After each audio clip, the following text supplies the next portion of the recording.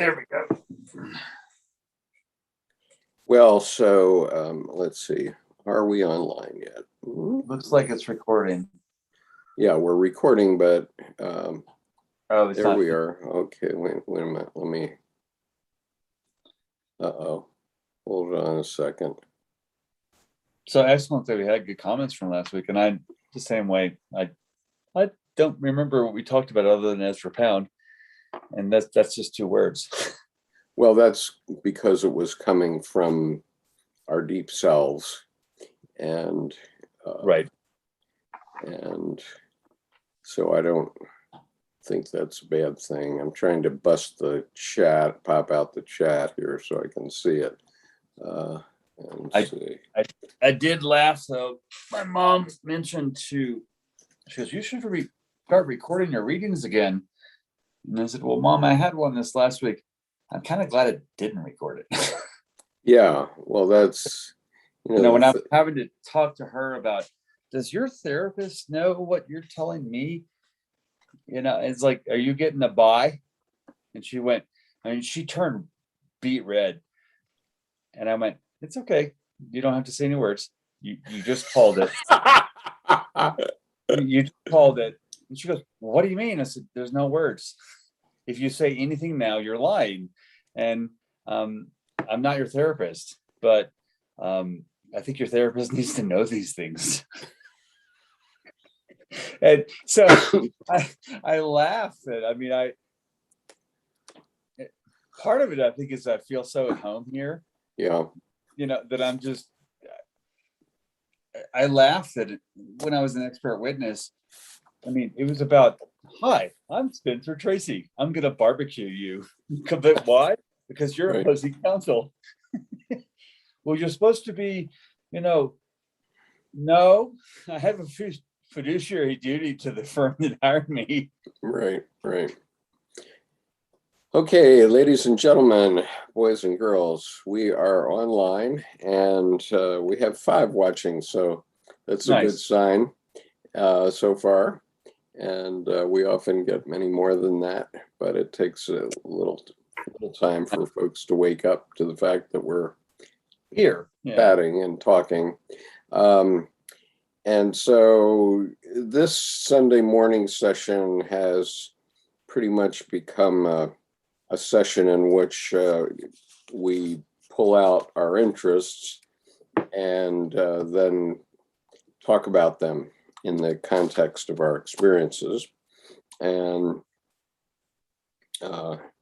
we've been having quite the life review in the last week because of the fall of Kabul.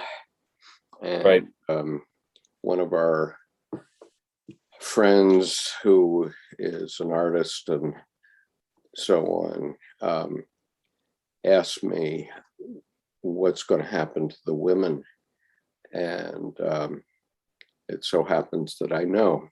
And so I've had a lot of friends contact me and say, well, come on, man, shouldn't we fault the government for?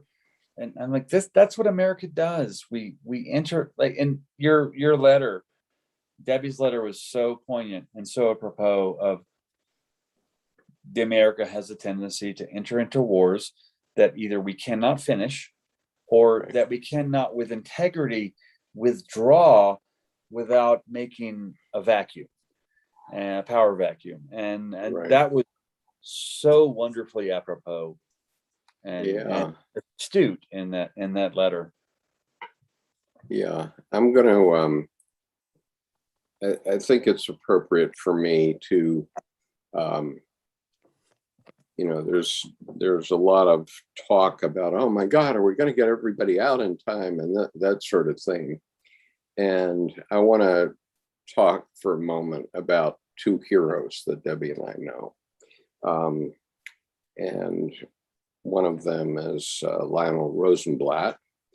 And Lionel, I've kept his name secret for quite a long while. And because for his own protection, but I discovered I discovered yesterday that he did a life review on YouTube in 2017, 4 years ago.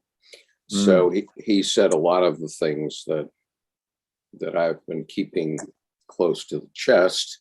Not everything, and I'm not going to say anything that he didn't say in this life review that he did. But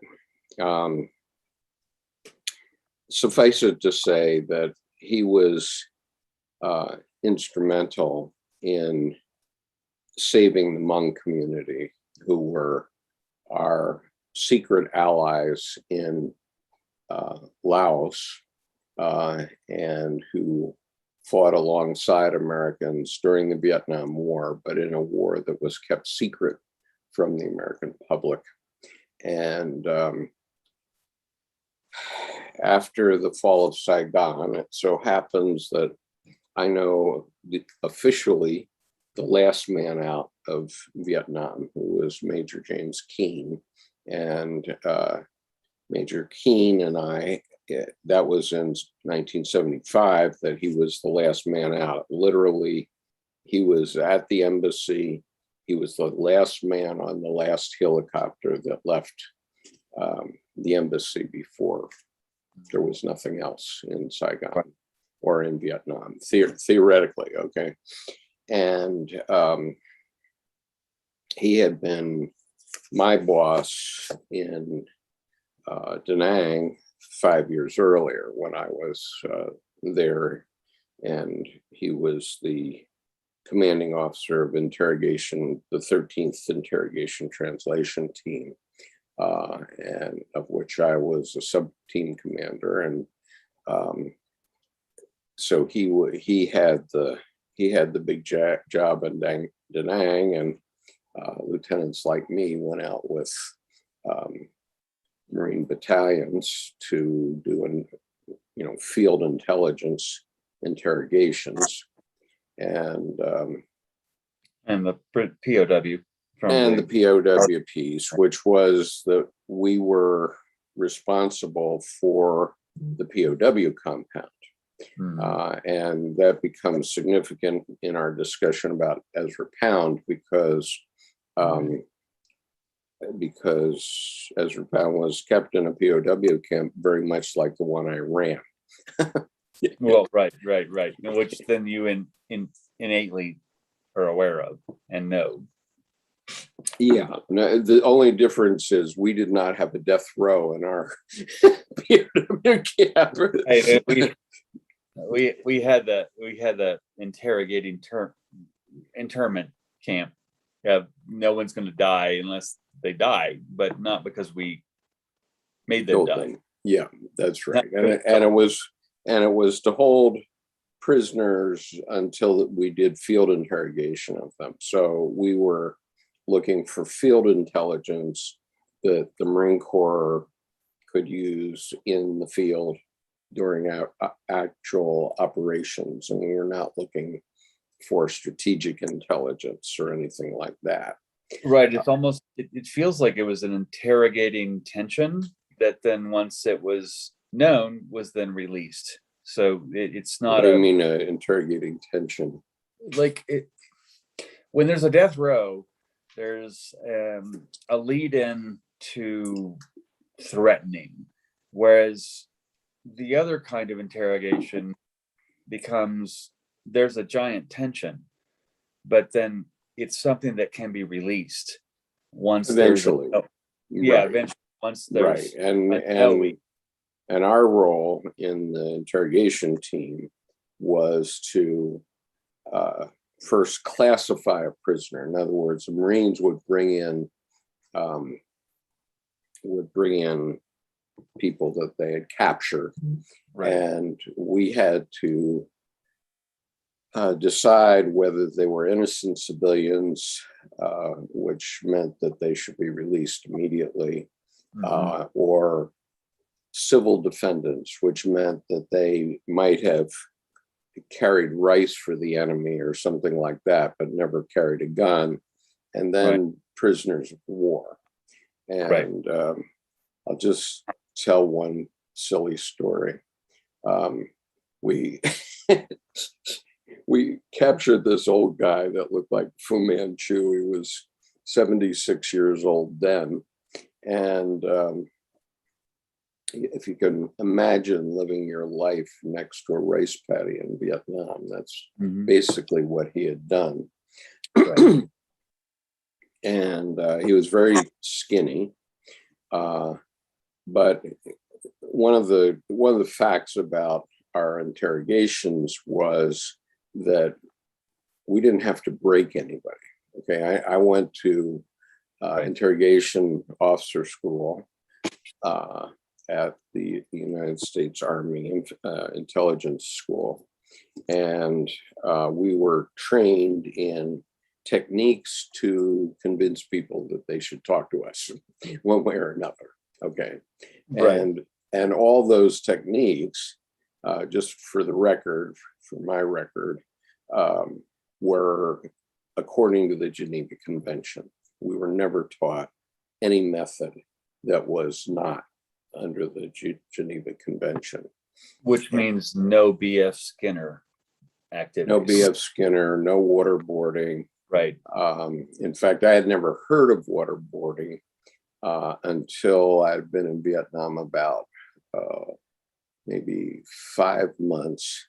And I was walking past the C hut where one of my sergeants was conducting an interrogation. And there was all this sputtering and spluttering. And I went in to see what was going on. And he said, "Well, I'm waterboarding this guy." And I said, "No, you aren't." Stop that immediately. Right. Yeah. Hi, I'm on behalf of the Geneva Convention. Pause. Stop. Yeah. Cease. Yeah. And so that was my only exposure to waterboarding. But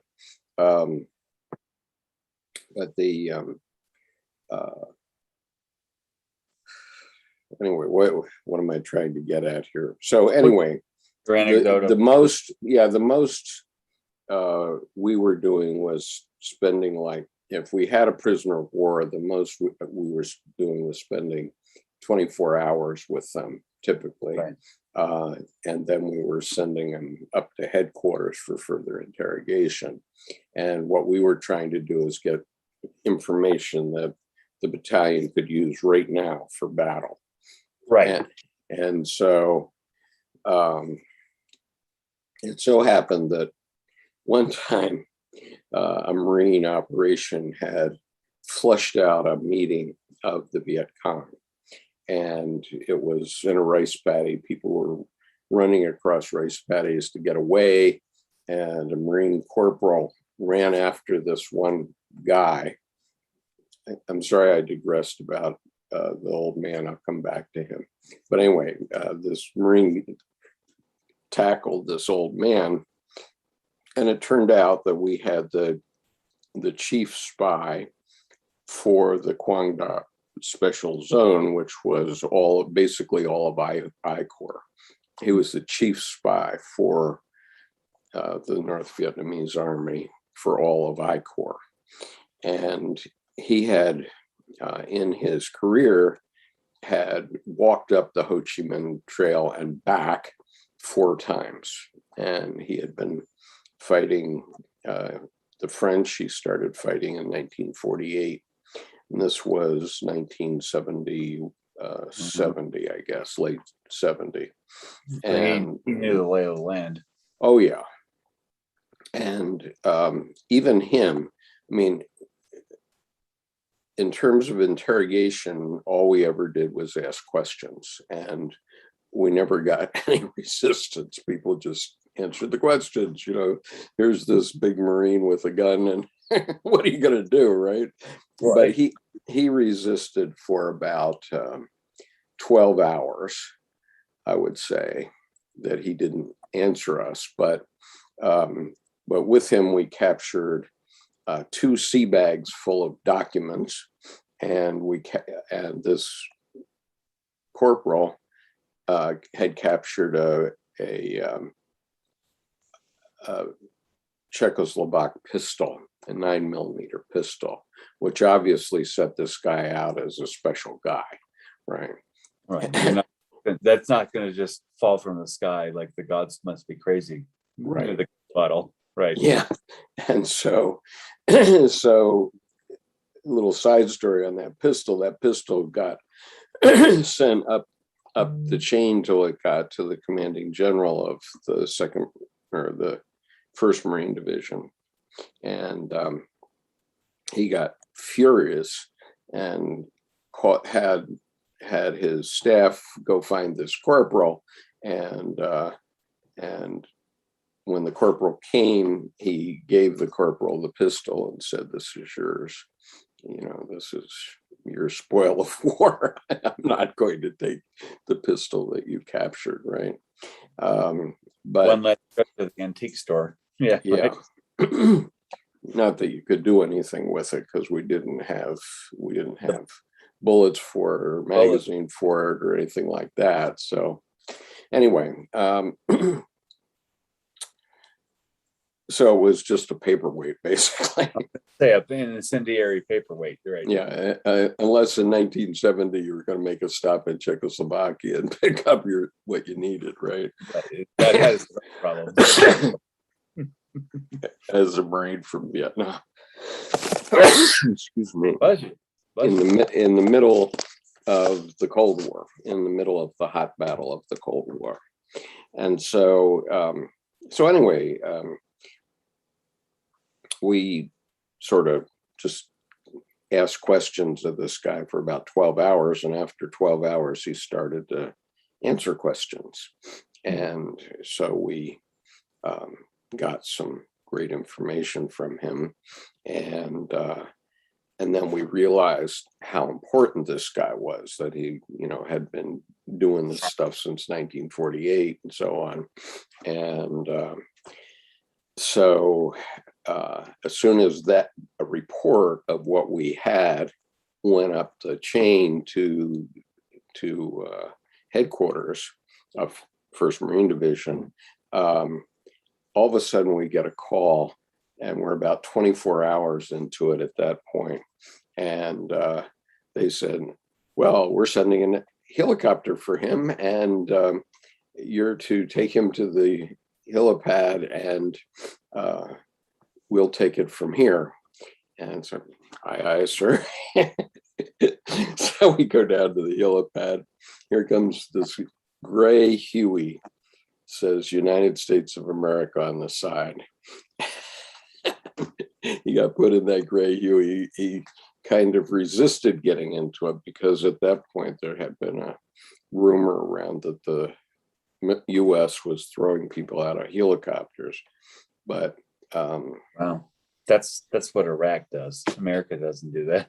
Yeah, well, anyway, there had been a report in some magazine in Time or something where there was a photograph of somebody falling out of a helicopter. And, I don't know anything about that other than that news story, but this guy wanted to resist getting into the Huey. And so anyway, they swept him away. And of course, that helicopter belonged to the CIA. And we heard that he had been interrogated for 6 months in Da Nang, and he'd been given a room with a television set and all sorts of stuff, and treated very nicely. And he fingered, I think, the vice premier of the Vietnamese government, the South Vietnamese government, as a not Vietnamese Army, not MBA, but Viet Cong, and so they got a lot of good intelligence out of him. Much good that it did us, and much good that it did him. That was my experience there. And then one other thing, this old man, he came in and he said, well, yeah, he never carried a gun, but he had carried rice on the Ho Chi Minh Trail, up and down the Ho Chi Minh Trail, helping the Viet Cong.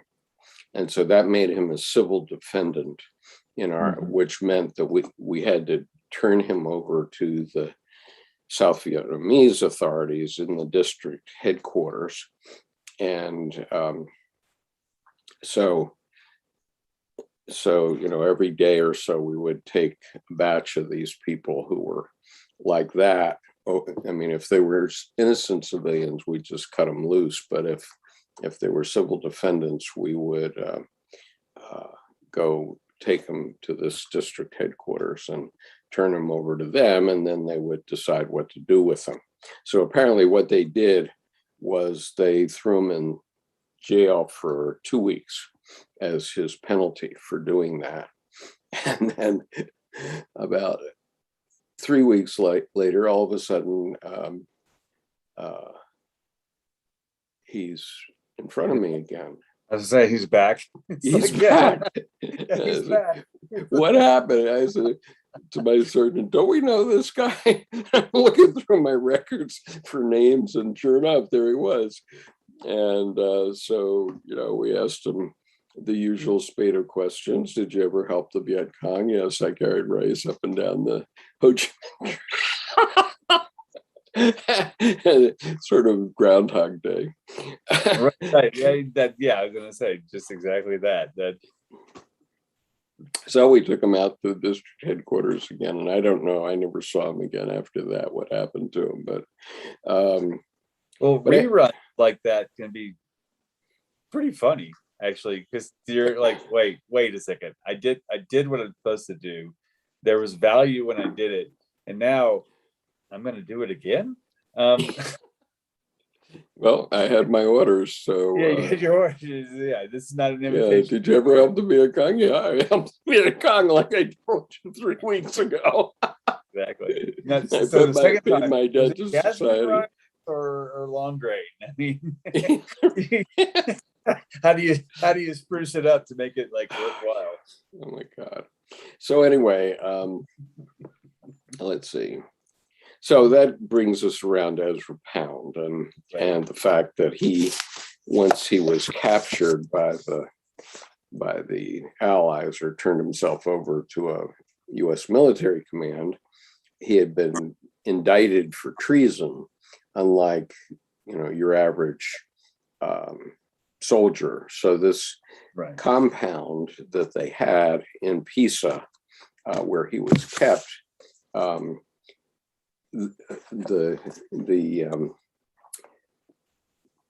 the cages that they were kept in were like this. So there was a roof, and the roof was held up by 4x4s and barbed wire, and these cages were, I guess, 6x6 is what they said.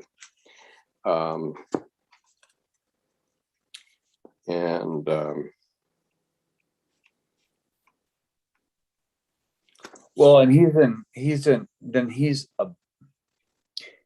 he's basically taken in that way to the cage he's put in one step above the civil classification. Yeah, he was a prisoner of war, right? And he was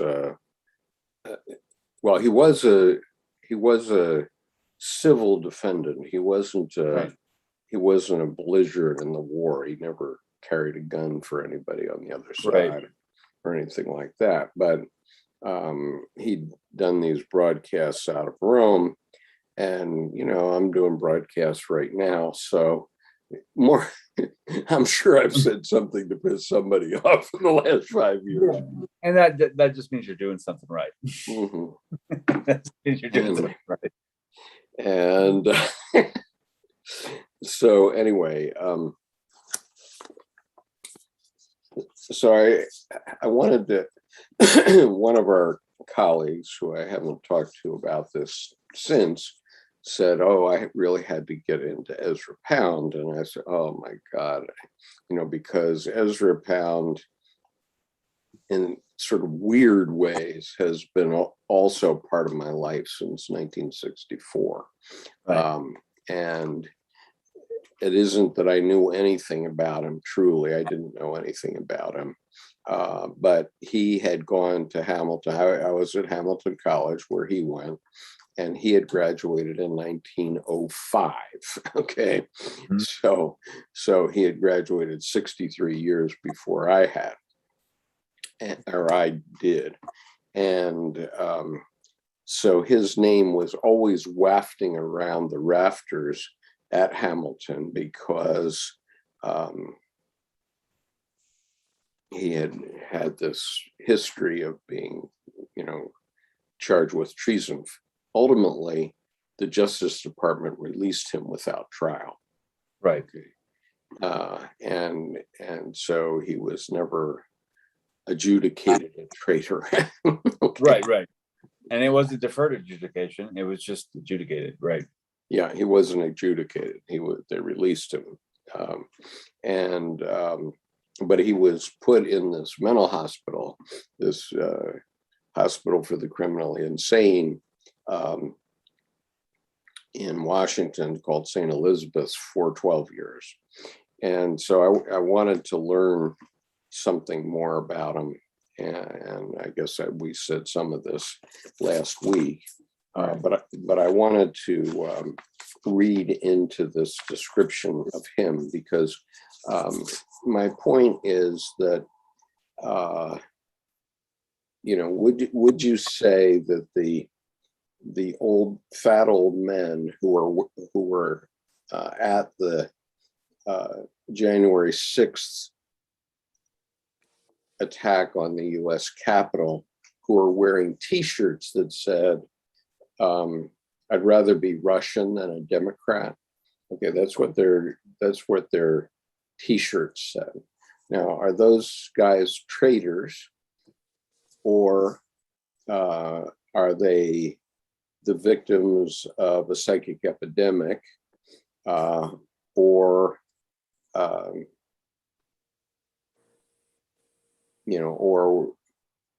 what should we call these guys? They were at the rally. I don't recall any of those guys being arrested, but there have been many of them, pictures of people saying similar things around the country in T-shirts, especially Trump supporters, right? Well, right.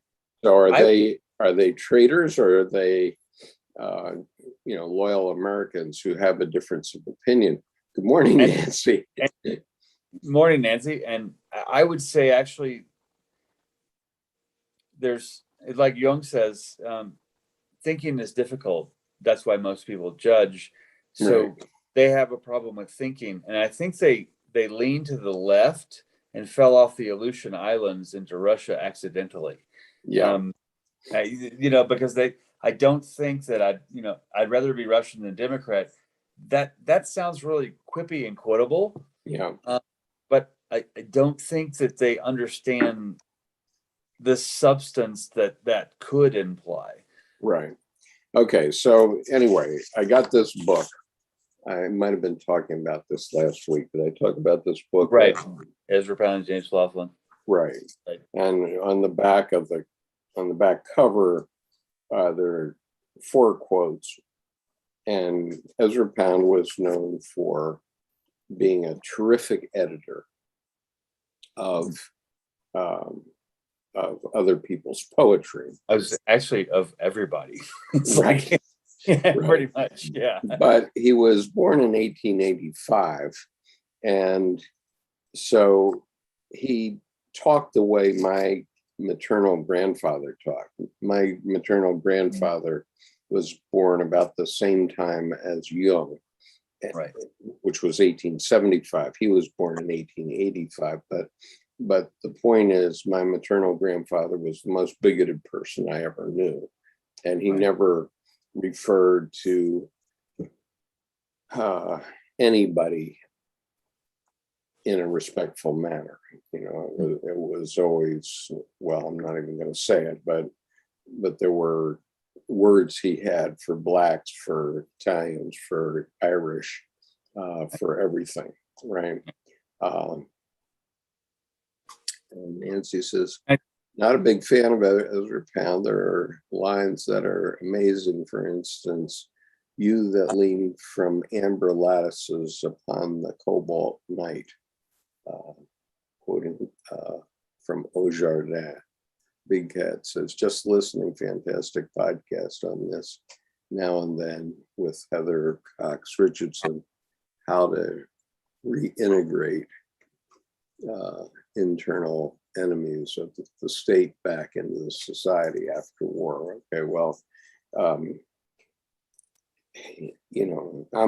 I could be an enemy of society because I fought a lawsuit against the banks for 10 years, and I was right, but they couldn't allow me to have a day in court, because if they did, it would have caused a major catastrophe.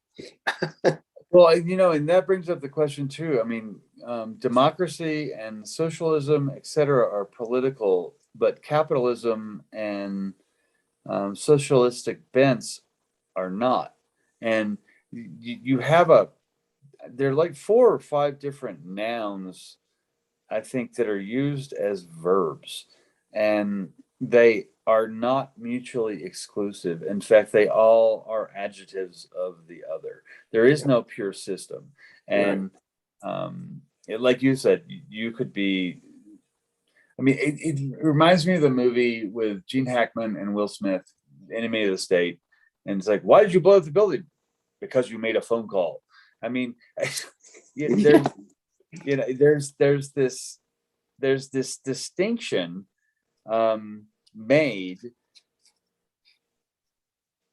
relative to who's in charge right now, and that's the current, who's the not yet victor right in the current history. Yeah. And so I don't know what was in Ezra Pound's mind as from a political perspective. I mean, he was born in Idaho, of all places, right, to then go to Hamilton College, which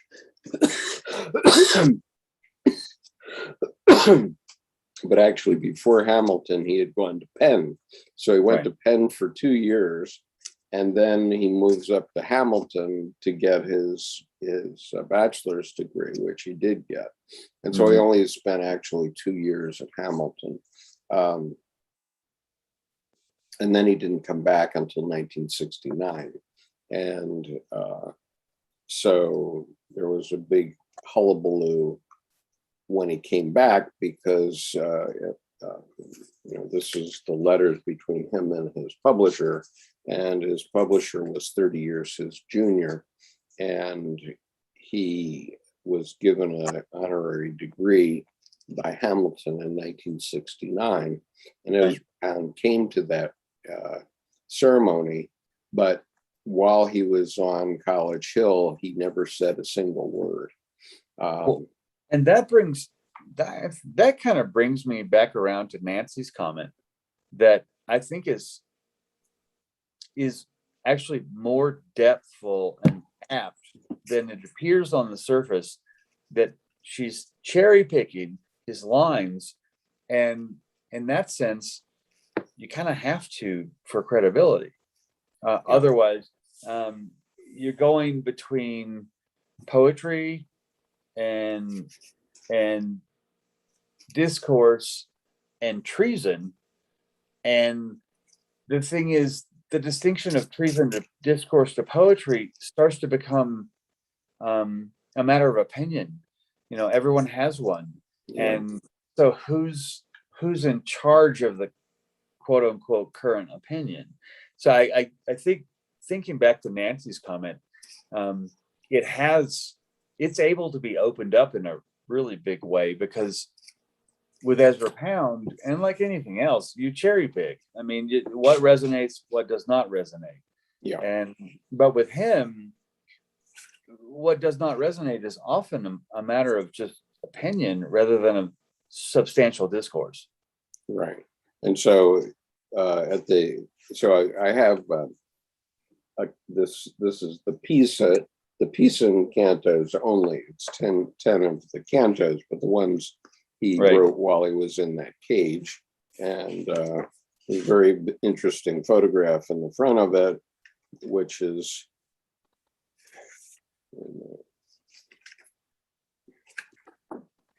there it is. Okay, so this is part of the cantos that he wrote on toilet paper while he was writing the piece in cantos. And the reason he gets interesting for Jung, or there's a nexus, is because Paul Mellon had given $100,000 to the Library of Congress to give awards for excellence in poetry in about 1946. And Paul Mellon and Mary Conover Mellon had been big backers of Jung in the 30s and 40s, especially in the 30s. And right. And Jung's last letter out of Switzerland before World War II shut down the mail was to Mary Conover Mellon. And it was the Bollingen Foundation, which she was the prime mover on, which caused the collected works to be published in English. And so the Bollingen Foundation gave this prize, this money, to the Library of Congress. Now, the Library of Congress, independently of Jung or anything related to Jung, but gave the first Bollingen Prize to Ezra Pound while he was in St. Elizabeth's, causing a dramatic hullabaloo. Okay, and that was kind of the Mellons. It feels like the Mellons' retaliation against the treason accusations, where there's been a background of political things going just with the award, because he had not been given the Nobel. As far as I know, the Mellons did not opine on this, but what it does say at the end of this introduction, which is 40 pages long, in this version of it, the piece in Cantos, which are actually Cantos 74 to 84, for your information. It said, the last paragraph in the introduction is this: thanks to the concerted efforts of Archibald MacLeish, Robert Frost, Ernest Hemingway, and T.S. Eliot, the Justice Department finally agreed to release Pound from St. Elizabeth's on May 7th, 1958, without trial. That summer, accompanied by his wife, Dorothy, and his young secretary, Marcella Spahn, he moved to his daughter's castle in the South Tyrol. 8 months later, suffering from the altitude and depressed by internecine tensions at Brunenburg, pride, jealousy, possessiveness, the three pains of hell from Canto 113, he returned to Rapallo. In May, he set off with Dorothy and Marcella on a short tour of Italy, his first such excursion in 15 years. The first stop he insisted on making was the village of Matato, just north of Pisa, his Paradiso Perduto. The cages were gone, and in their place lay a rose nursery. Okay. So that was the end of this. But what I wanted to read is the introduction to Selected Poems. Now, Selected Poems is a collection of Pound's early poetry written when he was 23 or 24 years old, but they wanted an introduction to the book. And Laughlin, this was in 1947, 8, something like that, 47 or 48, when Laughlin had been against Pound's politics during the war and so on. but he knew that he was an important artist, and so he was publishing New Directions, which is apparently an important publishing house for poets. I didn't know that. And New Direction, right? Pardon? New Direction. Yes. Yeah. That was which is why Laughlin was given the LLD at Hamilton in '69, right, the year after I graduated. But all this stuff is getting blown around, in the air of my college years. Well, New Directions was historically kind of the Delphi of poets. I mean, if you were there, you were noticed, so to speak. Yeah. Nancy says a documentary online said Pound hated Roosevelt, and that was the real target of his attacks rather than the United States. Do you have any opinion on this? Well, I concur that he hated Roosevelt, and he essentially says so explicitly. But he does, and also too, I have to say, from a combat perspective, politically, with what's the real substance, Ezra Pound and Roosevelt were kind of mutual professional jealousy partners, because you're dealing with two very powerful egos that are very developed and very witty, both of them. Yeah. And you really have the me, me, back and forth. There's this tennis match rally I see through history between Teddy Roosevelt and Ezra Pound that I cannot undeposit the thought that there's just this no me. So it's this, I hate to say this way, but this giant evolved cry for attention.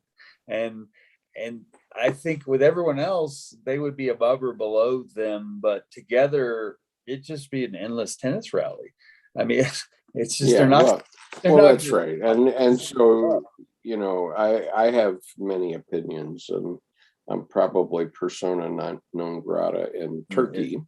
But, it's not because I actually did or said anything about the Turkish government. Right. It's just that the Turkish government, for its political reasons, wanted to vilify something that a group of my friends and I did, and as a result, so I have. They begin this then with the selected poems, right, which is early work, right, and so let me go on here, because Big Cat says Pound hated Roosevelt, Jews, and loved Mussolini, who was clearly a fascist, but he was reintegrated back into society and claimed never to be an anti-Semite or a fascist, and was a very complicated person. Well, no doubt, and so am I, and so is Jordan.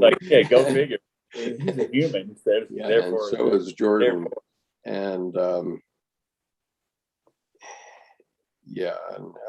actually, with the selected poems as the intro, that seems to me, I like that you drew that in, because the selected poems from his early work don't seem to be a proper preamble to what then the Cantos becomes about.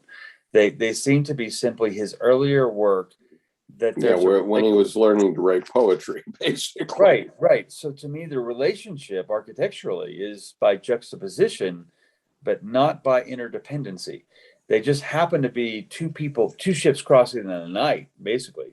Yeah, because the Cantos is based on the Odyssey, right, in large part, and the selected poems were kind of a smattering of his early work. So Neil Scott says anything that attacks corrupt power is an enemy. It's in the open now. Sides will have to be taken. Great suffering brings great awakening. Enemies are not out there. And then Nancy says Pound was a very complicated person. My understanding is that he felt the banks controlled politics and associated the Jews as the money lenders. bigoted perhaps, but anti-Semite, ?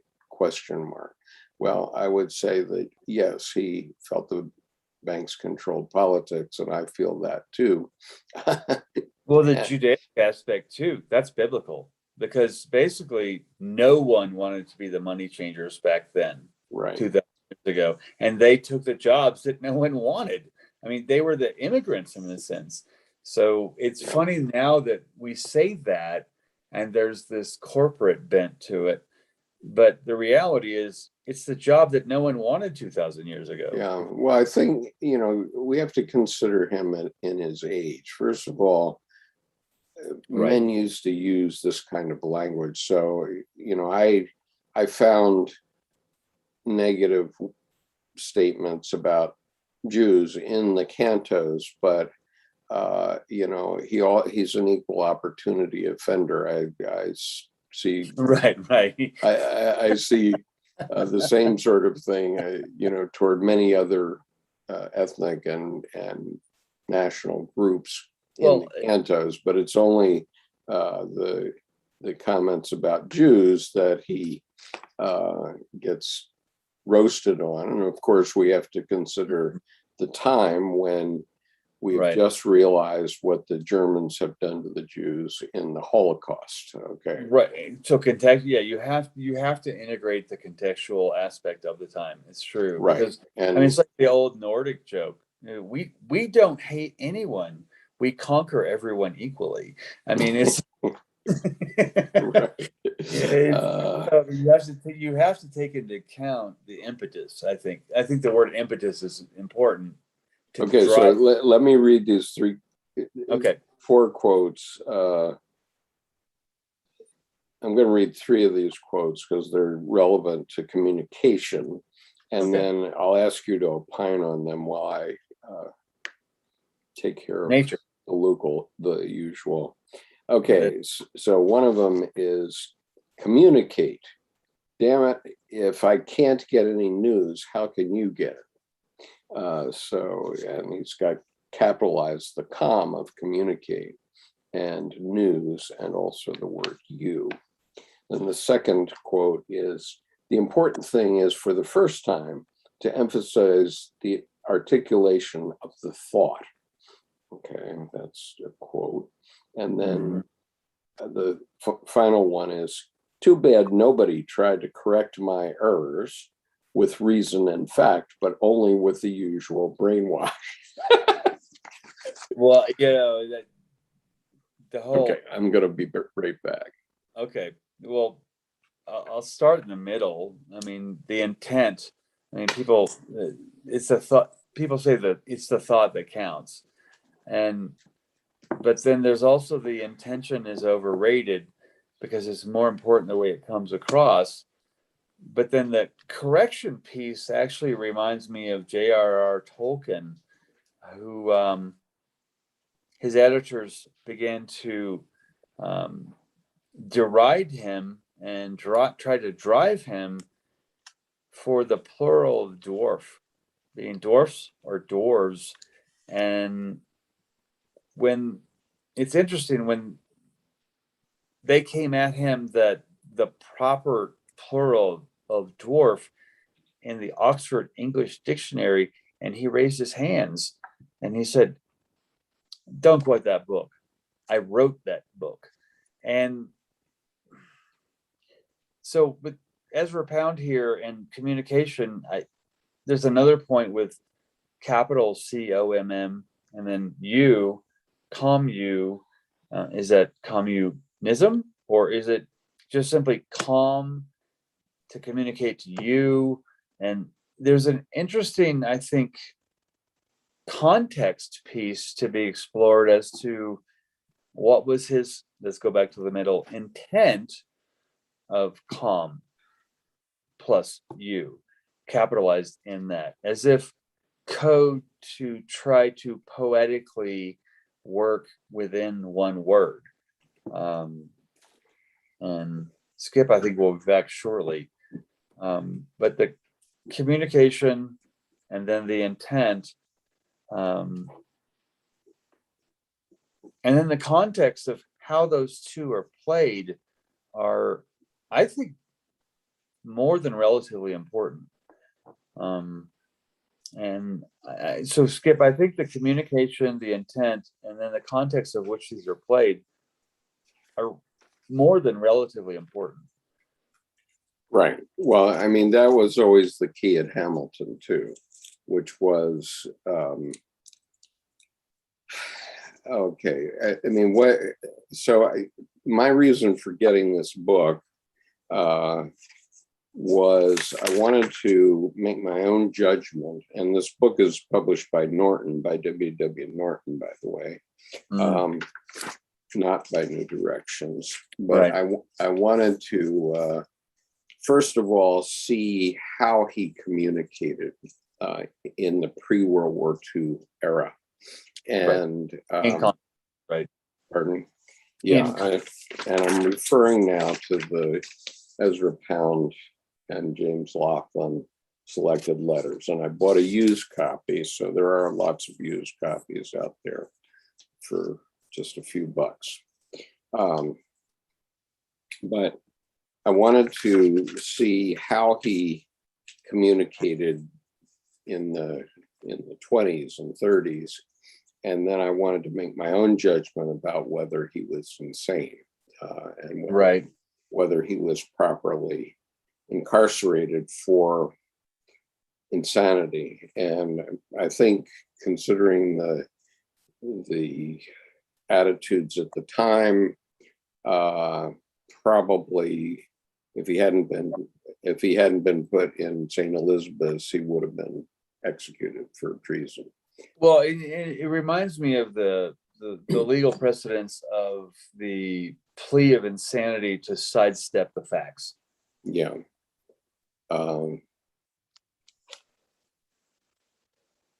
Okay, so anyway, in these letters between Laughlin and Pound, and these were in 1949,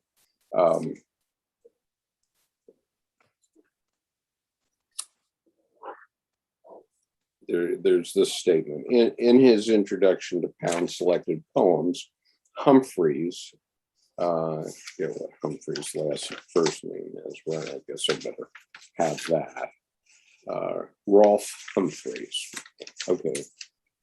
So in his introduction to Pound's selected poems, Humphreys had written the following, which Pound had objected to.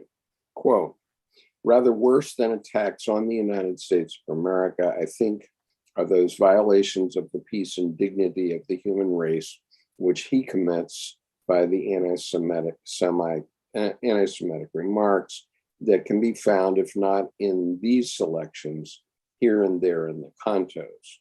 And there are, which is true, but he offended everybody. So it was like my grandfather. But also, it's true, but it reminds me of the Dead Poet Society and Robin Williams pretty much making in any poetry anthology or selection, you should always rip out the intro and burn it, because that comes up later. So let me get to that.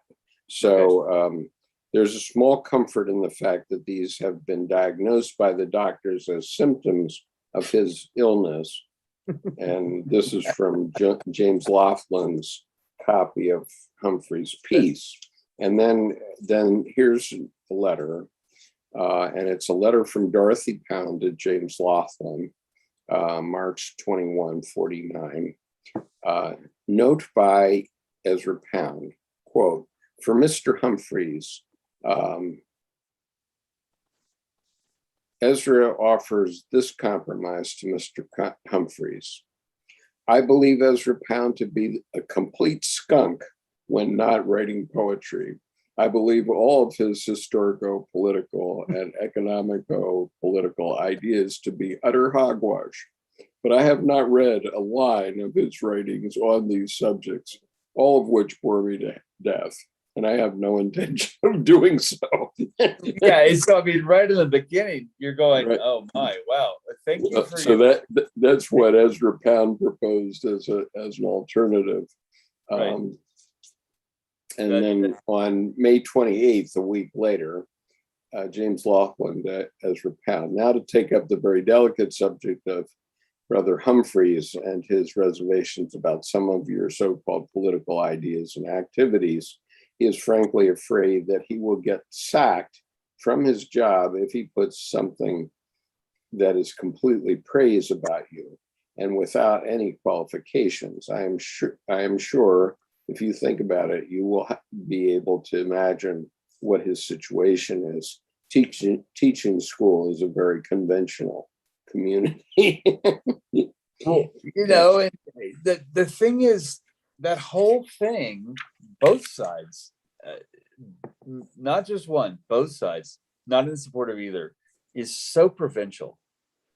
It's like I saw turkeys in this part of central Texas, therefore that's the only place they exist. And that's so provincial. It's Right. so provincial. Okay, so now I want to get to what Humphreys actually wrote. And by April, so a week or two later, Pound and Laughlin decided that the selected poems would have no introduction, but in the appendix of the book here, they gave his introduction. And so that's what I think is interesting, and I want to share with you. Well, and that puts the introduction in the appendix in the proper place. It should never be as a preface or a prologue or some kind of preamble, because you have then just biased the reader to the poetry. You just set them off on a potential path to rebel against, resonate with, or respond to. And it's just, yeah. So that's, I appreciate Nancy says, I understand that the plea of insanity was to save his life. And I agree with that. And, you know, what I would say is that I think in Ezra Pound's day, considering that he was born in 1885, there was very little of his kind of criticism of the U.S. government. Right. And, you know, obviously there was in newspapers and broadsides and that sort of stuff, but he sort of paved the way because he was an equal opportunity offender. So a lot of people took offense to what the things he said outside of his poetry, but I don't want to get into that further. I want to read Humphreys. Right. Yeah. Right before you do read Humphreys too, to me, Ezra Pound was similar to Mark Twain, equal opportunity offender, except Mark Twain always played the witty game, which was the Oscar Wilde school of, if you're going to tell someone the truth, make them laugh, otherwise they will kill you. And Ezra Pound basically was, you know, well, screw a bunch of that. I'm just going to tell it. And so it's an interesting bent as to, I think, the impetus of the expression between Mark Twain and Ezra Pound. I mean, Hemingway would do the same thing as Mark Twain, but he respected Ezra Pound. And so it's interesting to me that in that lineage, in that time, Ezra Pound was pretty stripped down and straightforward, but progressive in regards to, I guess the word would be criticism, critique kind of criticism, not necessarily negative. He would just say it, he'd stand and deliver, basically. Okay, so I'm going to read a couple of pages here, and then I'll read excerpts of it later, but just to give you an idea. Okay, so this is Humphreys' proposed introduction, which was not published in the selected poems, but is published in these letters between Pound and Laughlin. Right. It begins like this. Bright is the ring of words when the right man rings them. That, it seems to me, is really about all that needs to be said by way of introduction to these selected poems of Ezra Pound. Literary convention, however, takes a different view. It expects the reader to submit himself to some talk about the poems and the poet before he comes to the actual ring of the words. Bearing in mind Pound's own opinion, parentheses, no one with any sense dissenting, close parentheses, that one work of art is worth 40 prefaces. And as many apologies, you may, if impatient, skip the following remarks or forget them if you elect to read the quoted sentence at the start of the paragraph. The quoted sentence at the start of the paragraph will not, I hope, be lost in the shuffle. What about this poet then and these poems? Erudition is not usually regarded either as a charming trait in itself or a desirable quality in a poet. Poet's case, in the exception that proves the rule. He is a very learned citizen, doctus poeta. Greek he knows, and Chinese, and Provincial, Latin, and the modern Romance languages, and not only literature, but other arts, sculpture, painting, music, Dolmetsch, Gaudier, Breschke, and not only the arts, but people and places, man's food and drink, occupations and diversions. Such enormous appetite and such fastidious taste do not always go together. What stands out in all this lore is the joy with which Pound has entered into it. More than can be said for those severe and no doubt admirably accurate scholars and critics who profess to find a great deal wrong with his exuberances. Quote, Lord, what would they say? Lord, what would they say did their Cantos walk that way? Unquote. Should Cantos come along with Pound attending the introduction, you would not feel at a loss. Your hail fellow well met would come easy and natural.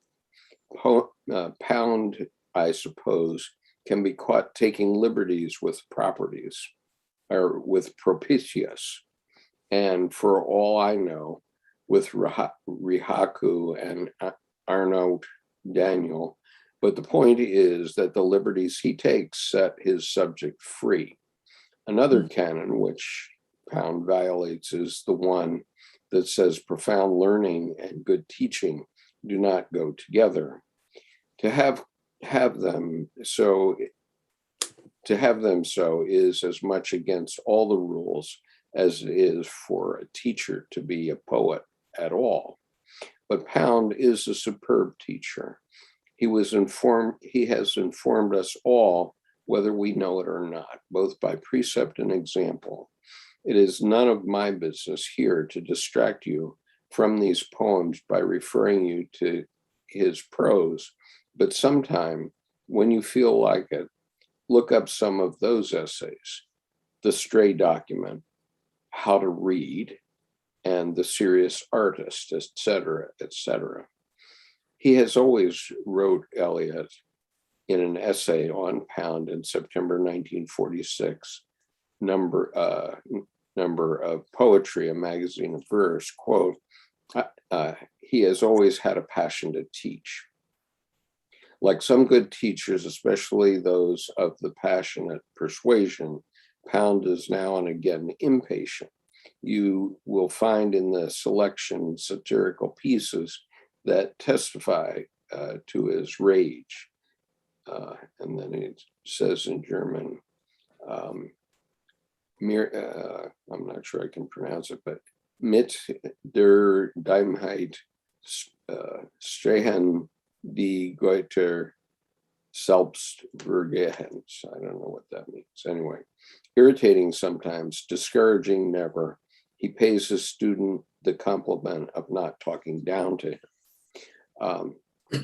I quite often write, he remarks, as if I expected my reader to use his intelligence and count on his being fairly strong, whereas Mr. Eliot, quote, whereas Mr. Eliot complains that certain passages of Pound read as if the author was so irritated with his readers for not knowing all about anybody so important as Martin Van Buren that he refused to enlighten them. Yet Eliot himself acknowledges that it is to Pound we are indebted for the final version of the greatest poem, one of the greatest poems of our time. Quote, it was in 1922 that I placed before him in Paris the manuscript of a sprawling, chaotic poem called The Wasteland, which left his hands reduced to about half its size in the form in which it appears in print. I should like to think that the manuscript with the suppressed passages had disappeared irrecoverably. Yet on the other hand, I would wish the blue penciling on it to be preserved as irrefutable evidence of Pound's critical genius. He has the great gift, again, this is Eliot's testimony, of understanding what one was attempting to do and then trying to help one do it one's own way. A writer of quite different structure and temperament. Ernest Hemingway has also offered his tribute of homage and praise, and with all this, Pound never seems to have ordered work rewritten as he would have written it, to have any desire to distract his students by calling attention to his own masterpieces. He did not covet disciples. The thing that concerned him was that as many men as possible granted their talent, get on as quickly and well as possible to producing works of art of their own. There could never be too many. This leads to the next point, which I suppose, be a horrible shock to those who have read only about him. Pound is a poet with a remarkable capacity for humility. Even his earliest work, that of a young man in his 20s, for contrast compared to the work of Thomas Wolfe, how little attention Pound calls to himself, how little he goes in for the swoonings and moonings, the unique adolescent yearnings and vague ecstasies that the young usually find so absorbing. Try to forget everything that has been said about him. Read the poems as if they were the only evidence we have and see for yourself. Well, what's interesting about that, especially, and right at the end, the prologue finishes with the most important point in the last several words. Mm-hmm. See for yourself. Yeah. And it begins with erudition. And I don't know how many times this has come up, but anytime someone, for example, accuses me of being erudite, I'm like, well, erudite is an erudite word. It's so what's your point? But it reminds me, the whole passage of that introduction, and fortunately in the appendix, reminds me of Picasso and meaning of art. And Picasso kept a loaded revolver in his studio. It was loaded with blanks, but anytime someone asked him about what does that painting mean, he would reach over, he would grab it, he would cock it, he would aim it, and he would shoot. And that person would never again ask him what his painting meant. So, and that to me is kind of the Ezra Poundish way there, where especially with Eliot, the humility piece, he was not editing to make all the work his own. Right. He was editing to say, I hear your voice. I hear what you're going for.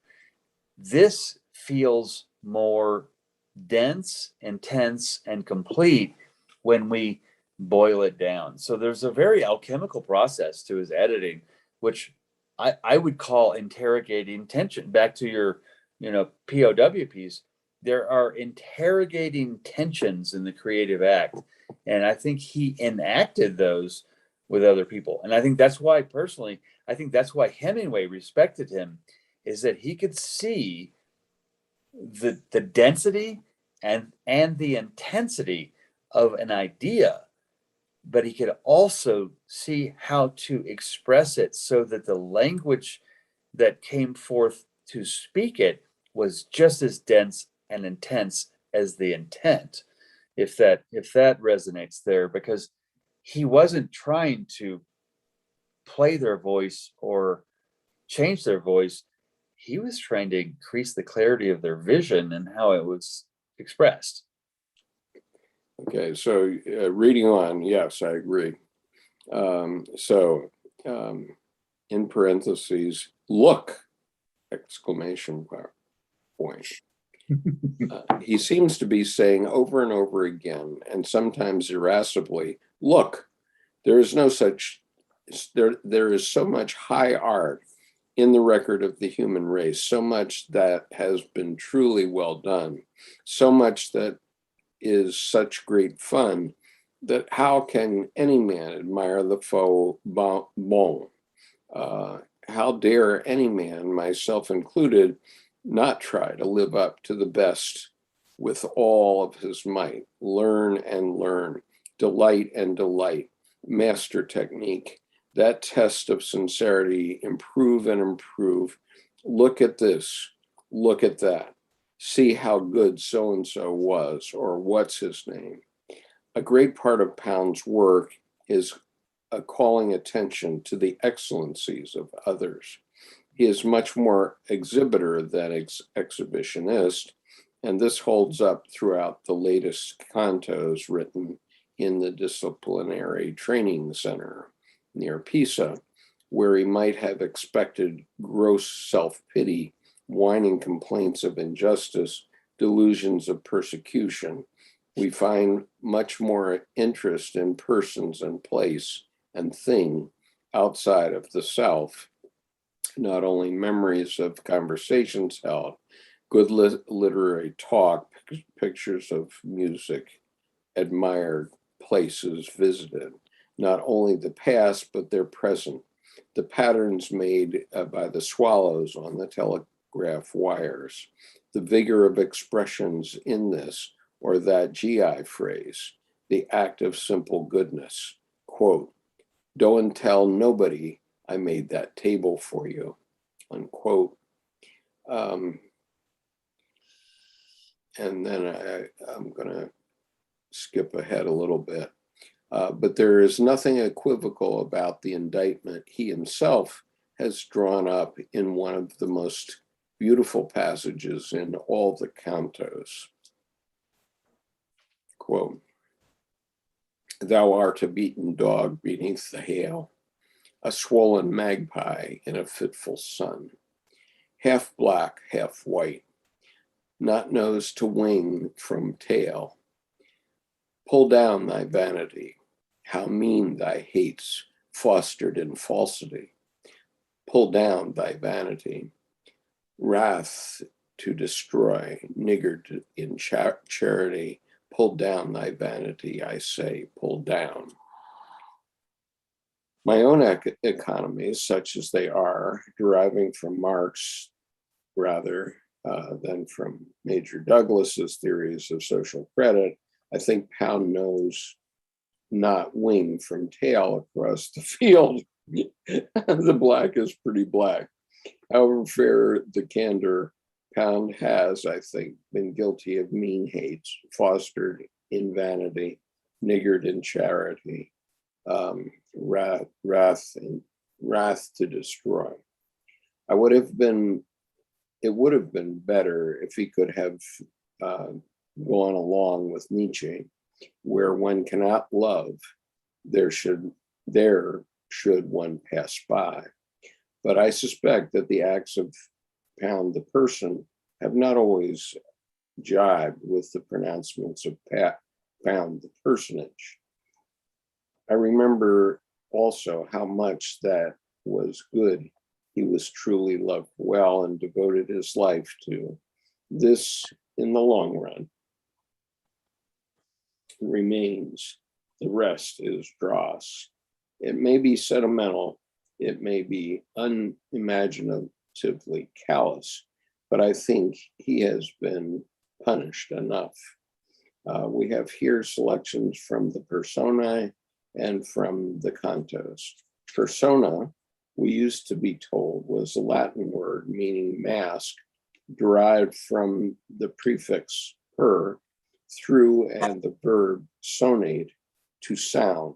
Later, they told us that the explanation was wrong, but it does not matter. It serves well enough to get at the meaning behind the title. Personae masks someone is speaking through someone. This is more than a synonym hunting device, a way of not saying dramatic monologues. Let's see. I'm just going to go ahead and read on here because I think this is. Before you do, it's Okay. interesting. That whole passage to me, especially right when the subtlety of the black and the white, I mean, the yin yang symbol comes to mind. And Pound then seems to be the light in the dark, but he aptly intensified his truth in the darkness, but not to brighten his light, because he was aptly humble, but to highlight his refined, I think, illuminated subtlety. And I think that's what he was looking for when he was editing, is to make sure that the subtleties, the inherent, innate,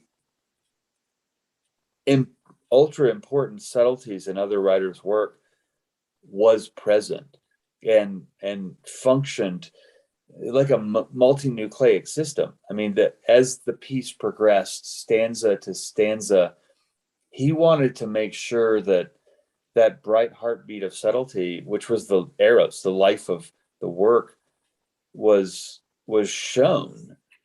And I think that kind of, I hadn't thought about this way, but that kind of explains to me then why his darkness got so intense, as to give himself a proper foundation for the intensity of his light. Yeah. Okay. So, right. So there's some more good stuff here. So just a little bit more. Remembering when you turn to the poems that you're reading first the work of a young man. Okay, this is in selected poems. That's the name of the book. Selected poems. This is the work of a young man, very much younger than anyone whose books are being published today, 23 or 24. Pound was then even younger when he wrote the poems, and within a very few years, before he reached his 30s, there was a man who more than anyone else made modern poetry conscious of itself, gave it direction and impetus. Since Browning and Swinburne, there had been nobody to read. Pound was a whole renaissance in himself, bringing to light the attention all those profitable others, Villon, Bertrand de Born, Hadrian, Heine, Du Bellay, Cantos, and Anglo-Saxon, and so on.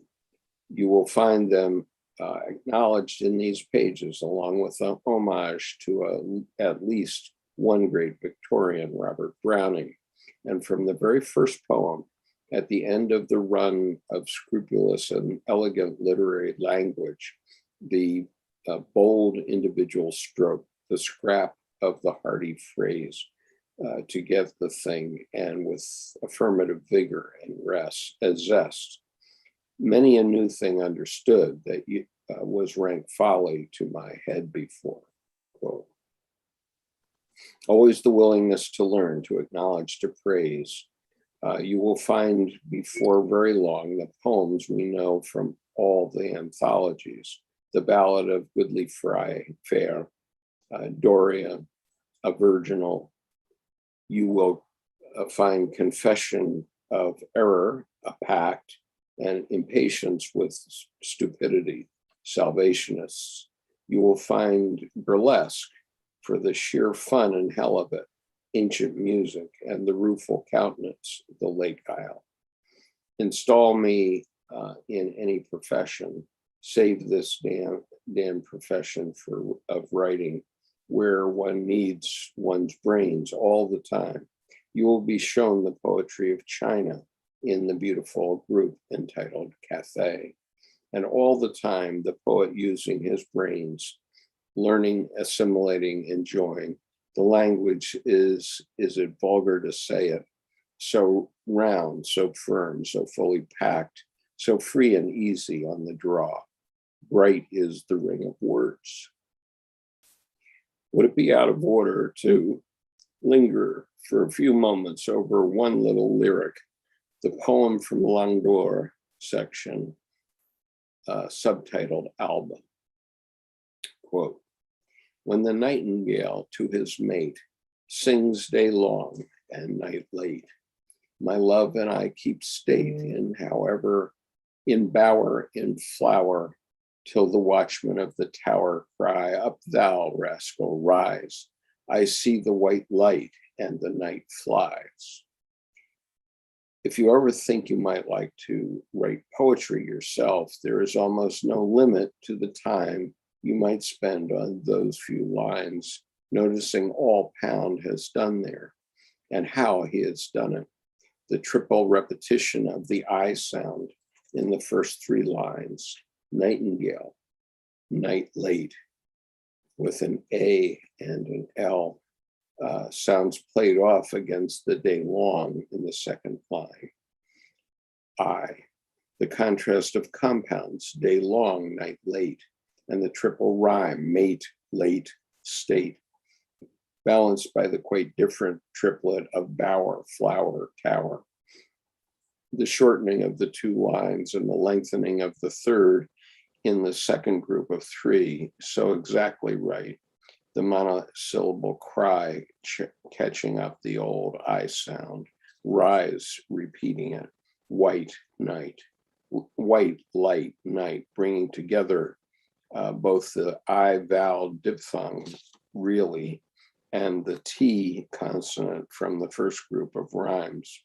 The monosyllable flies, cutting back, up and across in both directions, both cry and rise, and Z sound might, making the poem end not too open, not too shut, the wonderful effect of almost colloquial thou rascal. Image and tone alike blending to keep the poem from being too simply quaint and pretty il miglior Fabro, mightily creative. I'm going to skip a page of this here. And, well, as you do too, I think that expresses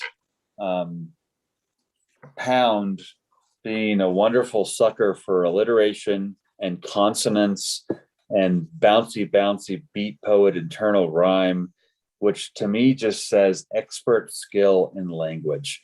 And you know, it's none of those previous adjectives I used, you know, alliteration, consonants, etc., are disparaging. To me, this was expert skill in play with the language, and the heart of the matter, the Eros piece, is never lost. There's always the structure of the language is the vessel, and the way it feels. He keeps that heart always beating.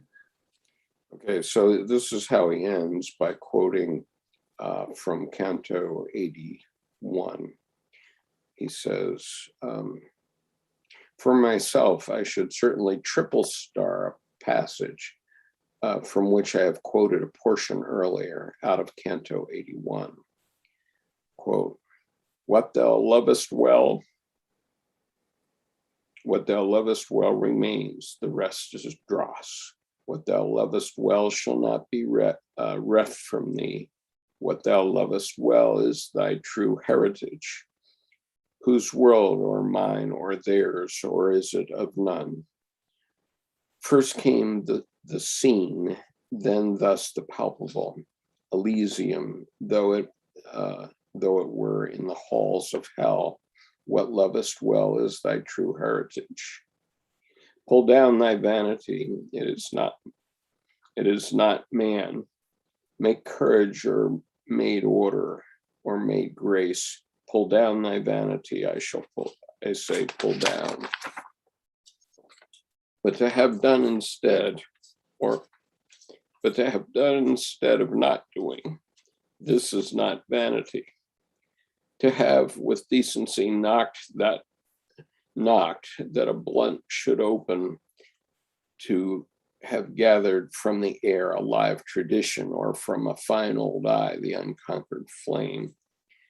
This is not vanity. Here error is not in the not done, all in the diffidence that faltered. Enough, that says it. In the gloom, the gold gathers light against it. Bright is the ring of words.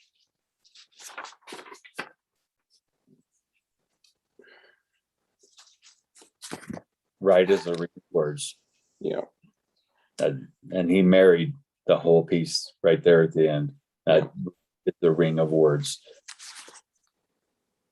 That's a hell of an introduction. Yeah, it is a hell of an introduction. In fact, I think that Robin Williams and Dead Poet Society would say, but boys, there's an exception. Don't rip this one out. It's in the back, so it's okay. But you're right, because the introduction became poetry about poetry. It itself was alive, like the work, rather than being some fish scale logos thing around the work, descriptive, adjective, etc. That's one hell of an introduction. Yeah.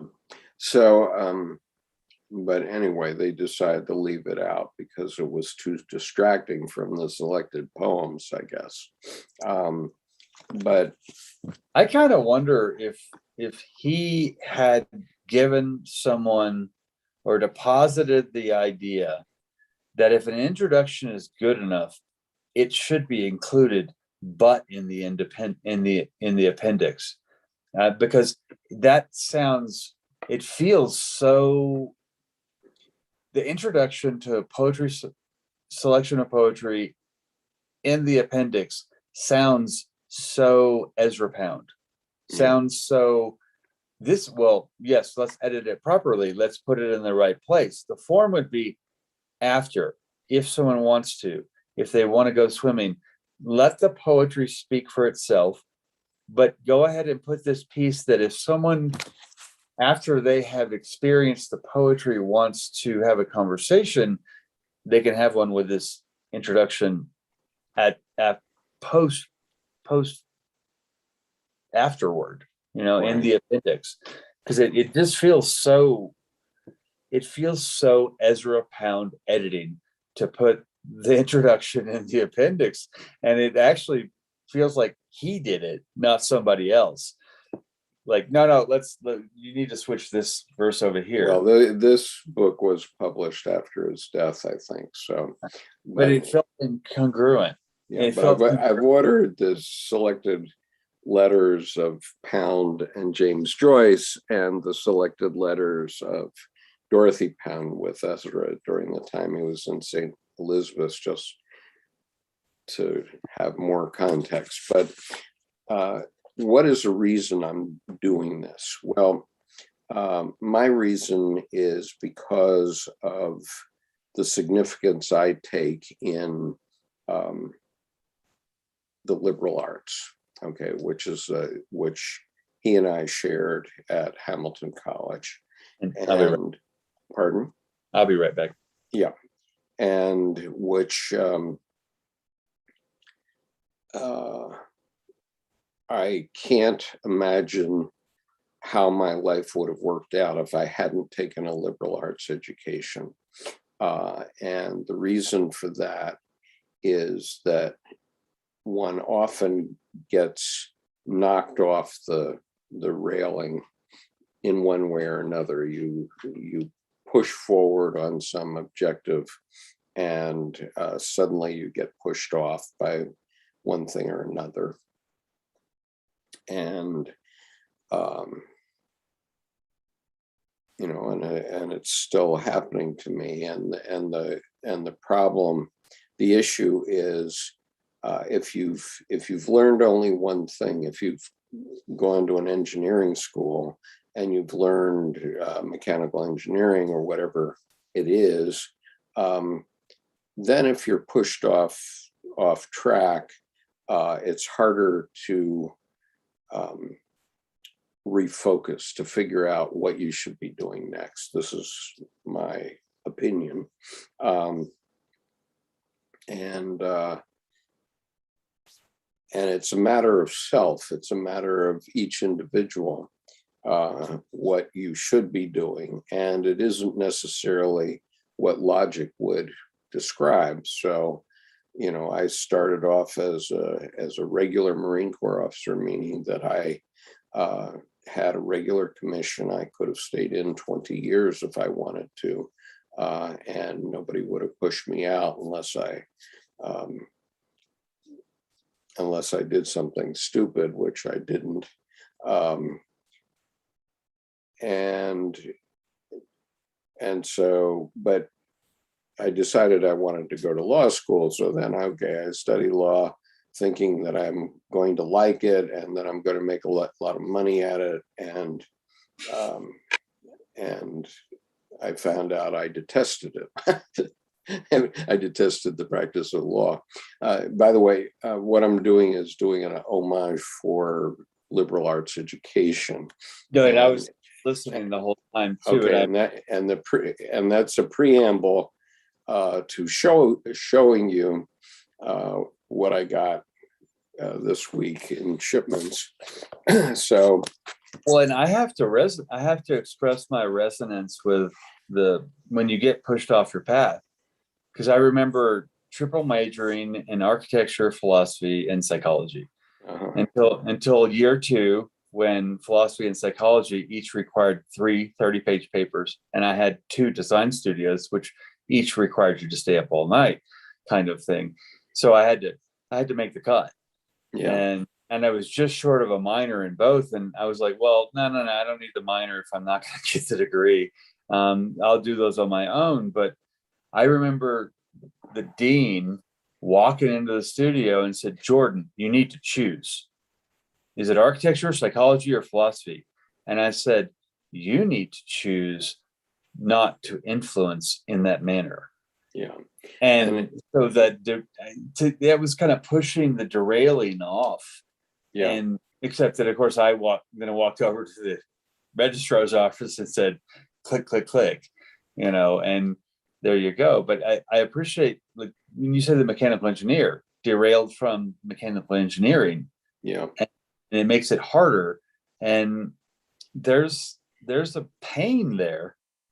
Right. And so the liberal arts, if you study the liberal arts, the result of that is that you learn how to learn. And in the last 30 years, I've had to reinvent myself many times. I mean, the fact that we're sitting here talking about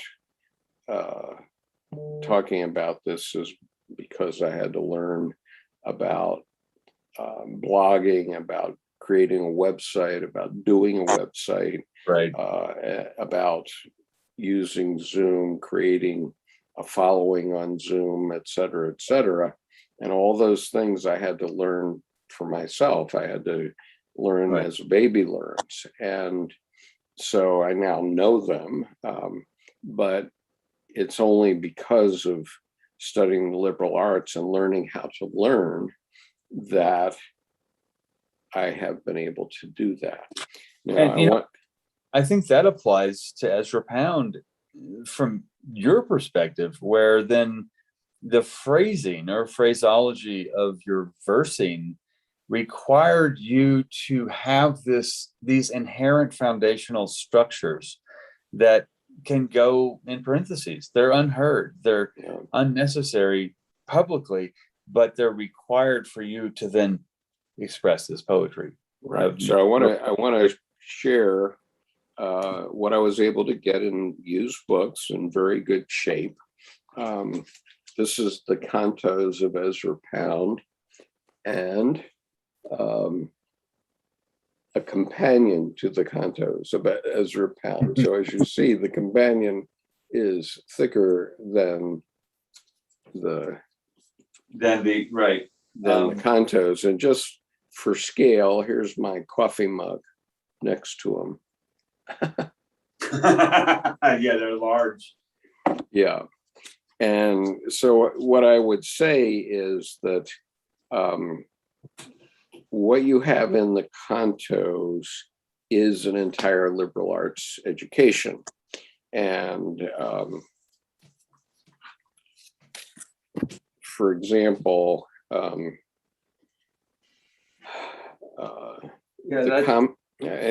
what happened after Pound and after his time in St. Elizabeth's and all that was it generated an entire Pound industry.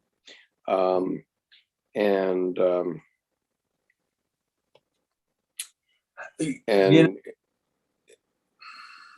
ahead. To give you an example, okay, so what this book, the companion, contains is every abstruse reference that he made in the Cantos.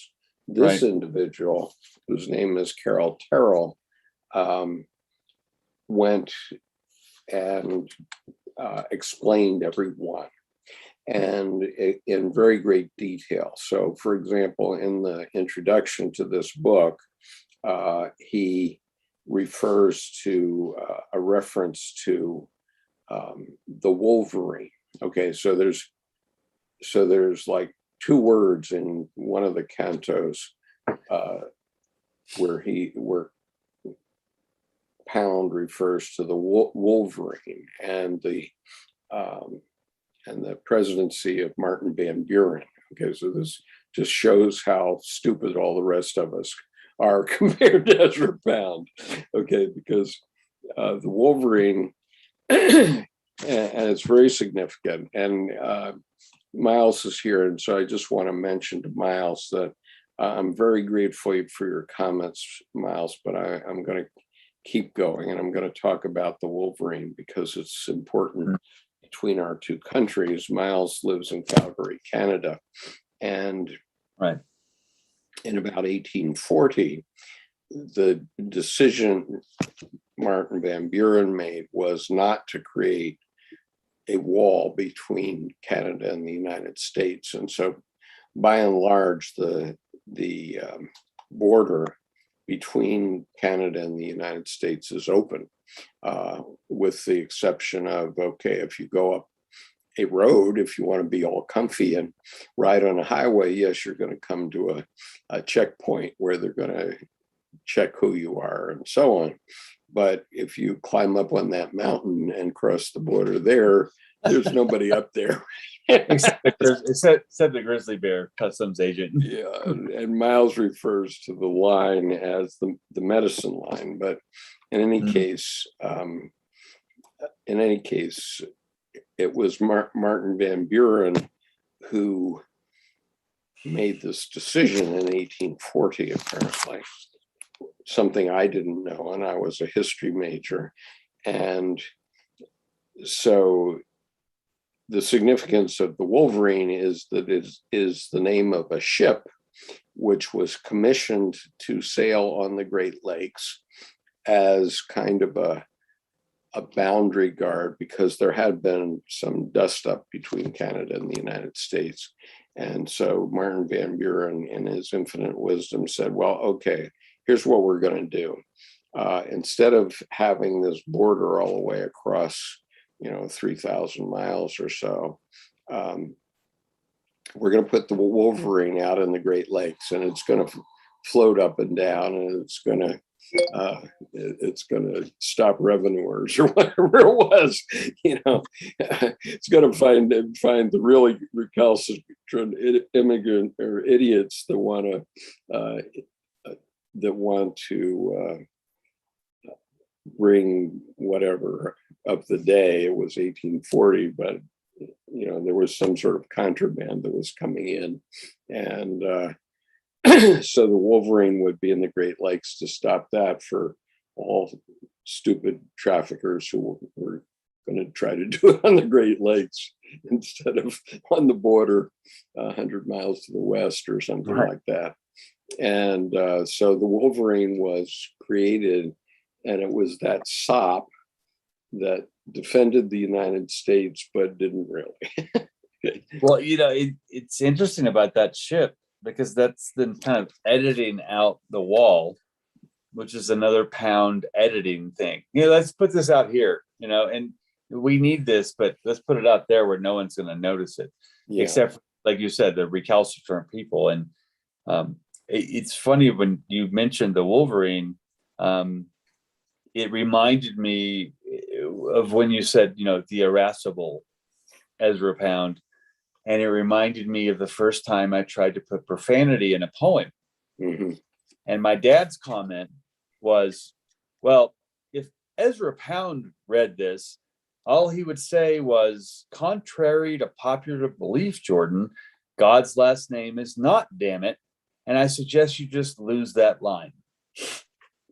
And it was interesting because it was very much my dad as Pound, in a way, where he was simply editing to say, if you're going to use profanity, it's beyond meaning it, because the words are charged enough that you're going to be so superficial by trying to include that word that it's actually stayed and superficial. And you actually had great meaning right up to and after that line. But once you put that line, no one who's worth their salt is going to take it seriously. And I remember sitting back in my chair just going, oh, right. God's last name's not damn it. Struck a line through it. And it was literally, it's interesting. He said, and then about an hour later, he walked back in, he goes, do know that you should try to include it, but profanity is the hardest thing to include in poetry, seriously. Well, or any communication. I mean, it's like people with the potty mouth who mostly relatively uneducated people tend to use profanity to try to make a point, but they've used it so much that it doesn't make a point anymore. Well, and that then also then overly educated people have the exhaust pipe of profanity that's meaningful, that works just the opposite of that. And what's interesting to me, it goes back to I think that point with that poem with my dad's editing comment of to use profanity, it's not that you have to mean it. There's no impetus or intent.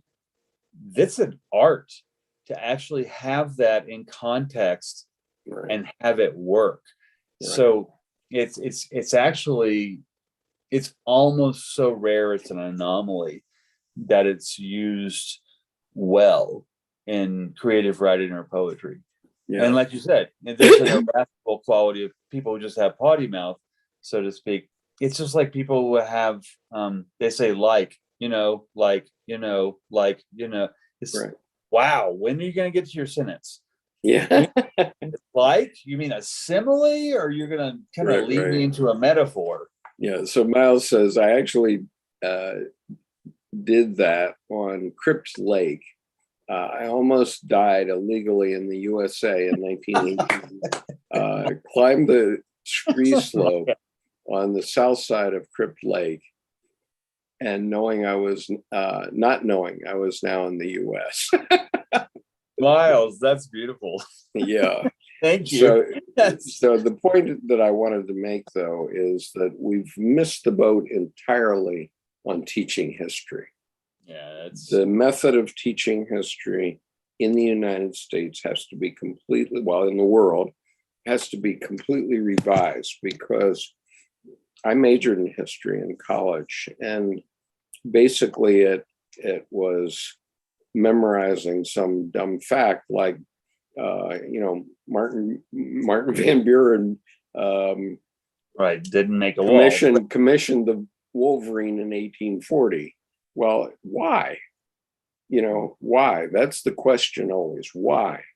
And so what they've provided, or what Terrell has provided in the companion to the Cantos, is the why.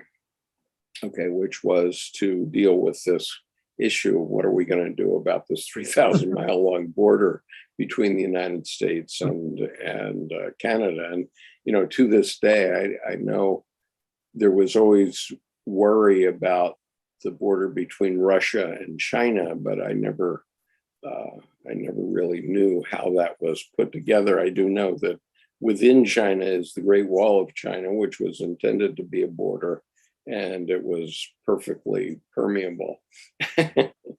Well, right, and the primary border between Russia and China is miles experience of, that's a badass cold. You sure you want to go across those hinterlands? Right.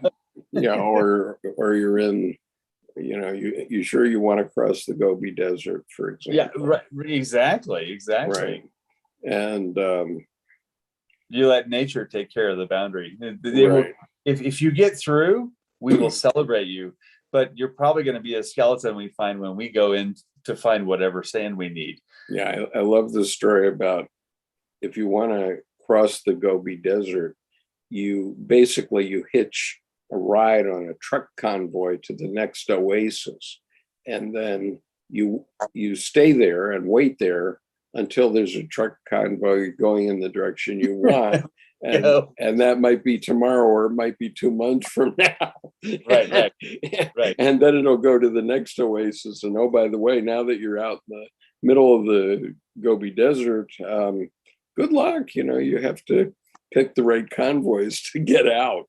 Right. And if you don't take the convoys, and if you don't wait, then you will just be another of the scenic overlooked sites. Okay, and here we have the skeleton on the left who didn't take the convoys. Right. So my point, though, is that when I learned or studied history, mainly what we had to regurgitate, and this includes at Hamilton College. So I'm not saying Hamilton College has got all the answers, but mainly what we had to regurgitate was, Martin Van Buren, built the Wolverine as a solution to a problem, or Martin Van Buren built the Wolverine in 1840, right? That would have been the piece of information that we would have written down, and which we would have tried to remember with a timeline. Okay, this happened then, this happened then, this happened then. But if you don't understand the psychology of the people that were making the decisions, and the people that were executing the decisions, then you don't know squat.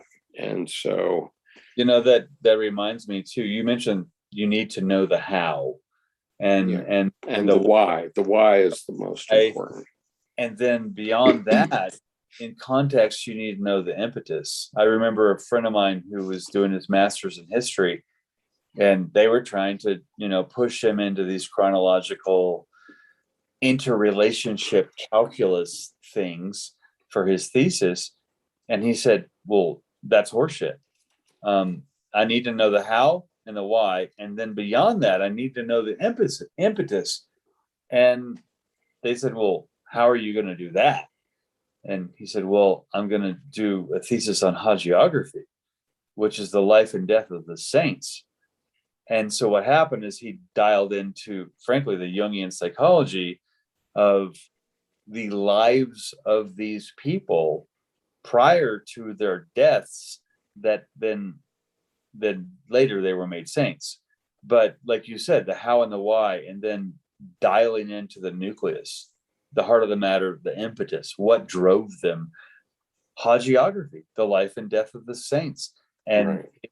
it was such a wonderful way to express history, because it wasn't just two words, the Wolverine and 1840, Yeah. two words and a date. Or actually, that's not even a date. Well, That's Pound never mentioned the date. He only mentioned the Wolverine. right. So you have to, yeah, exactly. And so that's why you need the companion to the Cantos of Ezra Pound to understand what he was talking about.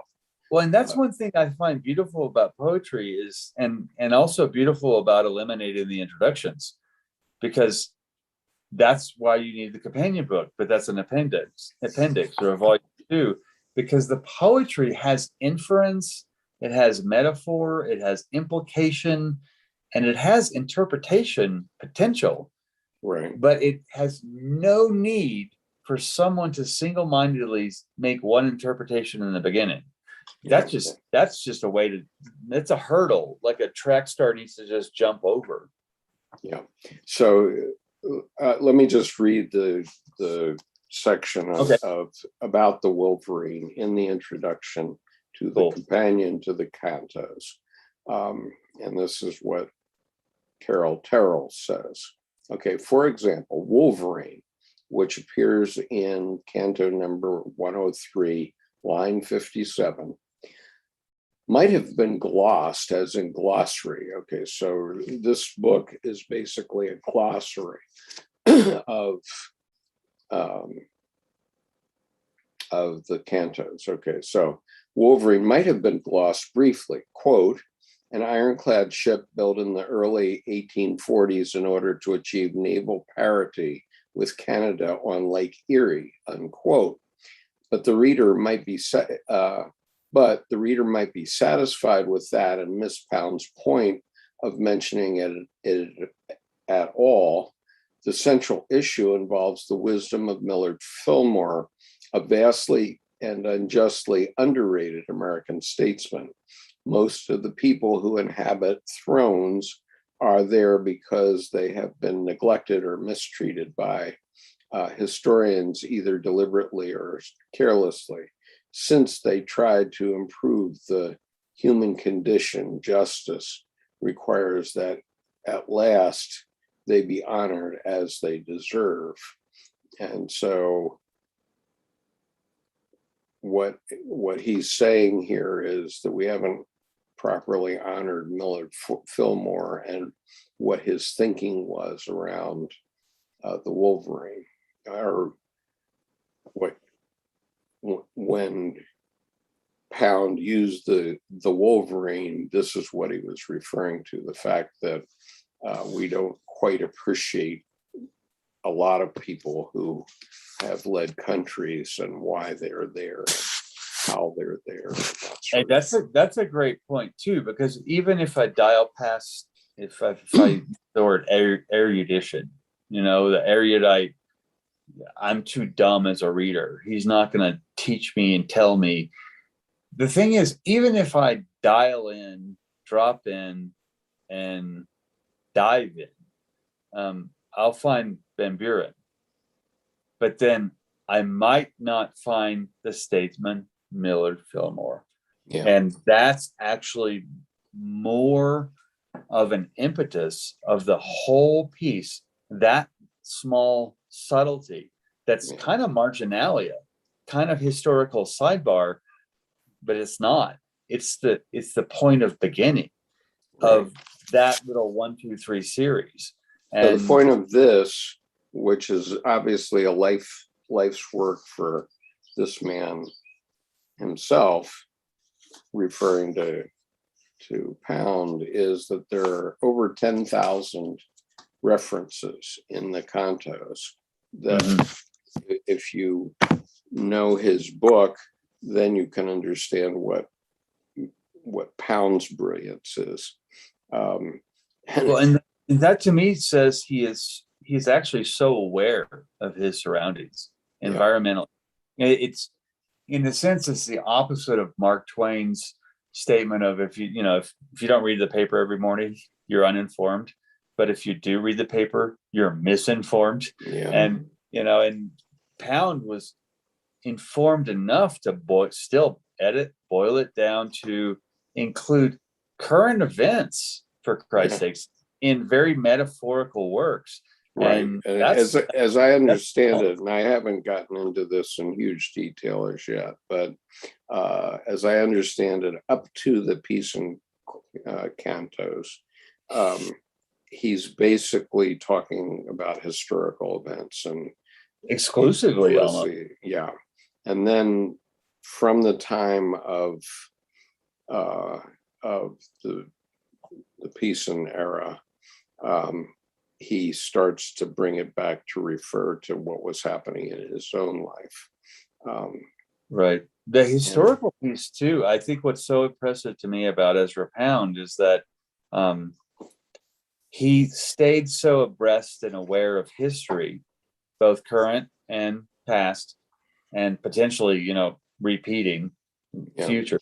That he basically is expressing history conceptually, because he's abridging and editing it down so far that even just the Wolverine, not even saying 1840, that edits out Van Buren, it edits out Fillmore, but but the way he wrote it, he knew those things.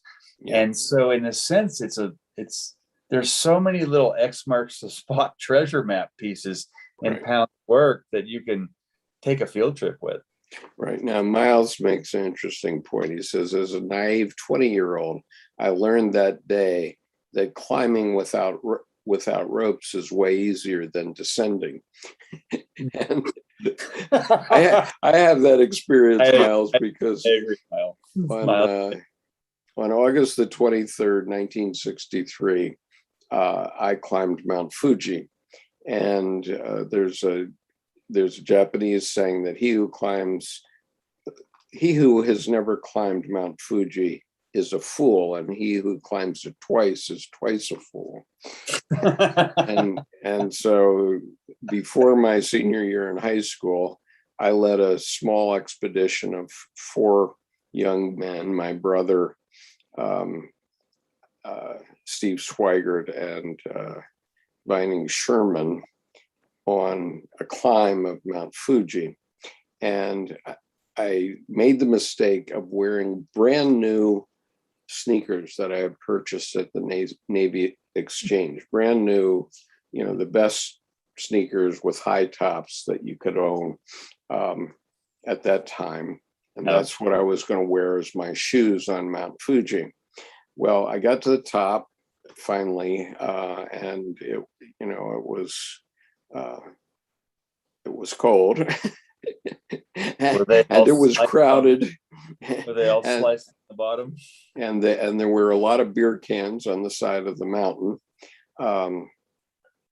But on the way down, we came down through this lava slide, which is at Gotemba. And so the whole side of the mountain didn't have a path. Going up, there was a path that you could follow. And you just had to stay in single file because there wasn't any getting around the crowds on the mountain. The climbing season is about 2 months max each year. And so there's like 50,000 people trying to climb the mountain on the day you're doing it. And so we climbed up that way, but we didn't want to go back that way because it looked like swimming upstream to go down. And so we went down on the Gotemba side, and it was, it's just this giant lava slide, and it was all little shards of lava. And so you would take a huge step out into space, and then you would land in this, what seemed like sand or gravel. but it was going down, so you could just slide down with it, and so on. And that was great fun. But when I got to the bottom of the mountain, I was wearing shreds. Yeah, you get I was wearing shreds, not kids. Yeah, instead of Make America Great Again, it was the bring back, eliminate shredded cheese. That way, Make America GRAT again. Yeah, your shoes were like shredded cheese. Right. Yeah, that, and exactly. That you had soles at the bottom was actually pretty impressive. I'm not sure they were really soles left. Yeah, I mean, yeah. I didn't have bloody feet, but damn close, I would say. Anyway, say that. That's anyway. We've said a lot. We've been talking about the life of Ezra Pound, in which I see a lot of parallels of many of us, and he had the misfortune of having different opinions at a time when we were in a world war, and we had just discovered what the Germans had done to the Jews in the Holocaust, and so it made his broadcasts, whatever he had done, seem much blacker than they were. And I think that they must have been a kind of witch hunt where they were looking for somebody to blame for the way that whole generation was, which as I said, was really a bunch of bigoted men. And I think you summed up Ezra Pound's editing with your lava slides piece in the sneakers, because at the end, it's like, you didn't have bloody feet, but he might say, where's the blood? You didn't really get into that lava chute. You had these protective shoes. You need to get in there and really feel what's up. I think you kind of summed up the editing of Ezra Pound there with, the shredded shoes, the carving off the unnecessary, that I think that's pretty apropos, and that's right. Really actually pretty applicable. Right. Like that's interesting with the shoes, but at the same time, you'd be a fool thrice to not have those shoes. Right. So what the Justice Department did was they held him in this mental hospital for 12 years, and then they just released him. They never tried him on the charges, and by that time it had calmed down enough that he could leave the country. As I said, he did come back because he went to Hamilton College for this. For Laughlin, yeah. But very interesting. As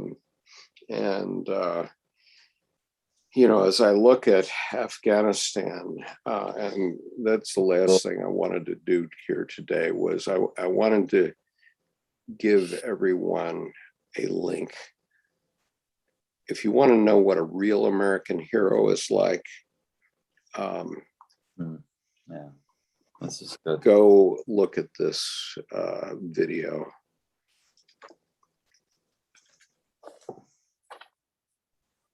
And, okay, I served in Vietnam for 9 months, but I don't consider myself a hero, but I do consider Lionel Rosenblatt a hero. And thank you for what you sent yesterday. Yeah, and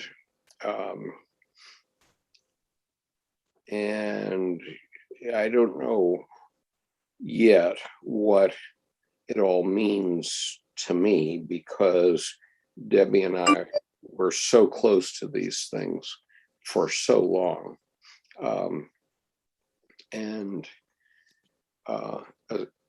And when I was asked by a woman friend of mine what would happen to the Afghan women, the answer is that Americans are not going to give up on Afghan women and on Afghans that want to come here who were our proxies or helpers in the United States. And Lionel's experience, what he did, was truly heroic. The State Department sort of regards him or writes him off in a way as a cowboy, quote unquote, but he actually accomplished something. And when I've told a few people, including Jordan recently, that Debbie and I know the man that saved the Hmong, and this has been such a meaningful period of time for us because Suni Lee won the best gymnast in the Olympics, female gymnast in the Olympics, and she's from the Hmong community. And that whole community was saved by our friend. And so just listening to this somewhat sanitized but still quite moving story that Lionel tells on that video is, you'll understand why I don't consider myself a hero, but I do consider him a hero. And also, Debbie worked with an Afghan woman who came out in a much earlier iteration of what's going on now, 40 years ago, and who worked on improving a lot for Afghan women forever. So for her whole lifetime after that. And Debbie was the one that gave her the platform for that. But what's significant about it is that we now have talked about having a special visa category for professional women who are threatened in Afghanistan, so that they can come out and work in the West. And what it means is that there'll be literally hundreds of professional Afghan women doing what Seema did 40 years ago. And there will be... Seema, right. Pardon? Seema, right. Yes, and there will be hundreds of Lionels who know this story and who will probably be doing things that we don't know about because they're top secret. But right. But you all already see it in the last couple of days where they're taking helicopters outside the airport to pick people up, and you can be sure that there will be escapades like that for a long while, I suppose, because what people don't realize is that Afghanistan is quite a large country. It's the size of Texas. Yeah, it is. And the other India. Right. And it's in a fairly remote area, of course. It's hard to get to from everywhere. But the Lubbock of the Middle East. It's the Lubbock of the Middle East. It's so far away from everything. Yeah. So anyway, I think you would find listening to that story, that personal history, edifying, and I hope you'll listen to it. And I've put the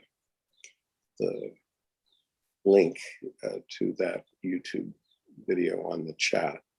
And then if anybody wants to say, some private who went to Vietnam or Afghanistan for that matter and served a year and came back, anybody that wants to say that young man is a hero, well, I would say he was doing his job, and which is what I did in Vietnam. I did my job, but I was nothing like a hero like that man.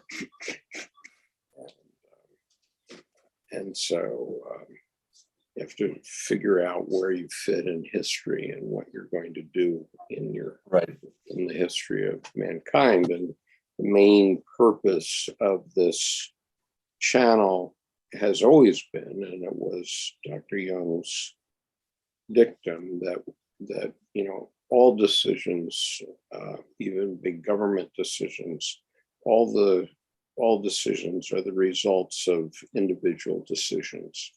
And so we all have to make our own decisions about what's important as we go along, as you have, Jordan.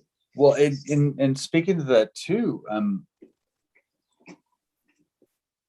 China, and 2 students now enrolled in Pacifica. I mean, that to me, that little factoid is volumes of influence of this time slot of the C.G. Jung Advanced Reading Group, of this channel, because that individual decision of 12, 14, 1,500 videos that you've made has influenced those several lives so fully, and given them the opportunity, I mean, through visas and passports and this and that, to actually Red Rover, let another Jungian analyst come over to Pacifica. Right. And so I've also put a link to Seema Wali's obituary, which we found in The Guardian. And it's specifically mentioned in that she founded Refugee Women in Development. And well, that's sort of true, but the more full story was that Debbie founded Refugee Women in Development as a project and hired Seema as her assistant in that project. And it was a project that was under another organization. And what Seema did was she took that project, and once Debbie stepped aside, because it was a value of hers that it should be run by refugee women. Right. And once Debbie stepped aside, and then Seema took over, and then she incorporated it as a freestanding organization with its own 501c3 and all that. And so, yes, Seema founded it, but she founded it based on something my wife did. Right. And she basically founded the continuance of it. Right. And the amazing thing, Deb was looking at memorabilia from that time, and in the registry of guests for our wedding, which was in 1989, the names of Seema Wali and her brother are there, and then